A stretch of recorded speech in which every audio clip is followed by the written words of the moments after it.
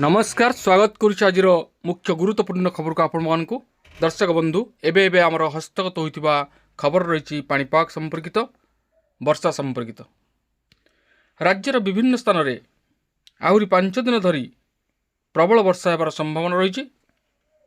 तेबे जानिबा केउ केउ स्थान को रही प्रबल अति प्रबल वर्षार संभावना एवं राज्य में पाग किभली भाव रही पाणीपाग विज्ञानी मान मतामत कौन रही से संपर्क में संपूर्ण विवरण मुझे आपको भिडियो प्रदान करी से आपने निश्चित भिडियोटी को प्रथम शेष पर्यंत देखिए। जब भिडियोटी भल लगे पाखे लाल बटन दबाई निश्चित सब्सक्राइब करेंगे पाखे आसुवा बेल आइकन बजाइदेवे ऊपर आसुवा ऑल नोटिफिकेशन क्लिक कर भूलें जहाँफल भिडियो सर्वप्रथम आपण निकट पहुँच पार। तेज आसतु जाना आज पाणीपाग संपर्कित विशेष गुरुत्वपूर्ण सूचना को। आहरी 5 दिन धरी ओडिशार विभिन्न स्थान में प्रबल वर्षा होबार संभावना रही नहीं भारतीय पाणीपाग विभाग बुधवार दिन सूचना प्रदान करिछि। अगस्ट 11 तारिख सकाळ पर्यंत राज्यर अनेक अंचल में घड़घड़ी सह वज्रपात होबार संभावना रही। आसंता 24 घंटा पर केन्दुझर मयूरभंज और सुंदरगढ़ जिला को येलो अलर्ट जारी कर तेबे एही समय जिला गुड़िकर गोटे किंबा दुईटी स्थान में प्रबल वर्षा सह वज्रपात और 30 ରୁ 40 किलोमीटर बेगर पवन बही पारे।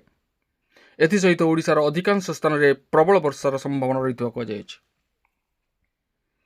अगस्ट 7 तारिख 8 तारिख और 9 तारिख में ओडिशार पश्चिम भाग में 30 ରୁ 40 किलोमीटर बेगर पवन बहिबा सह प्रबल वर्षा और वज्रपात होबार संभावना रही।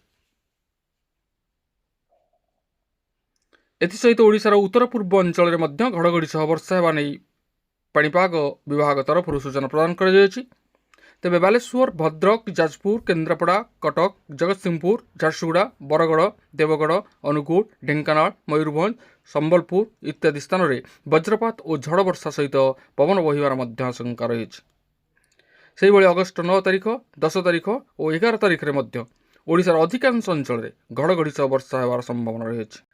सेपटे हिमाचल प्रदेशर कनौर जिले में बादल फटा वर्षा जो सृष्टि होता आकस्मिक बन्या कारण कन्नर कैलाश यात्रा पथ गुरुतर भाव प्रभावित होती। घटना दुईटी अस्थायी पोल और कांगलिंग नाल एक पोल पानी में भासी जहाँफल शताधिक तीर्थयात्री दुर्गम अंचल फसी रही।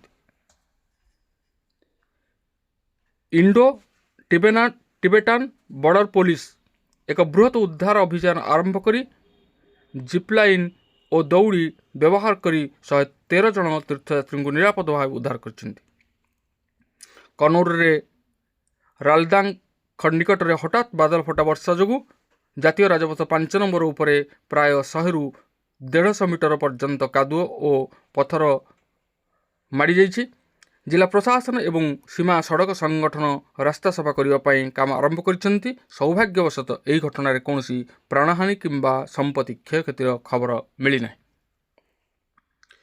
भारतीय पाणीपाग विभाग हिमाचल प्रदेश में 11 अगस्ट पर्यंत प्रबल वर्षा जारी रही येलो वार्निंग जारी कर। पाणीपाग सतर्कता कारण कन्नर कैलाश यात्रा को अस्थायी भाव में स्थगित रखा आपण को जन रखुचु जे यही यात्रा कन्नर पहाड़ में अवस्थित शिवंकर पवित्र तीर्थस्थल को यात्रा करुवा श्रद्धालु मानक एक गुरुत्वपूर्ण आध्यात्मिक यात्रा भाव परिगणित होता है।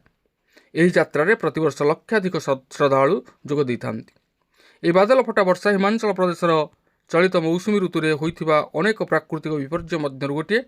चलित वर्ष राज्य में एपर्यंत 31टी आकस्मिक बन्या 22टी बादल फटा वर्षा और 19टी भूस्खलन रेकर्ड होइछि जहाँफल प्राय 1220 कोटी टंकार क्षयक्षति घटी। तेबे ए थिला आज पाणीपाग संपर्कित विशेष गुरुत्वपूर्ण खबर। आज एतिके रहुछि पुणी देखा आउ गोटे भिडियो। धन्यवाद, नमस्कार।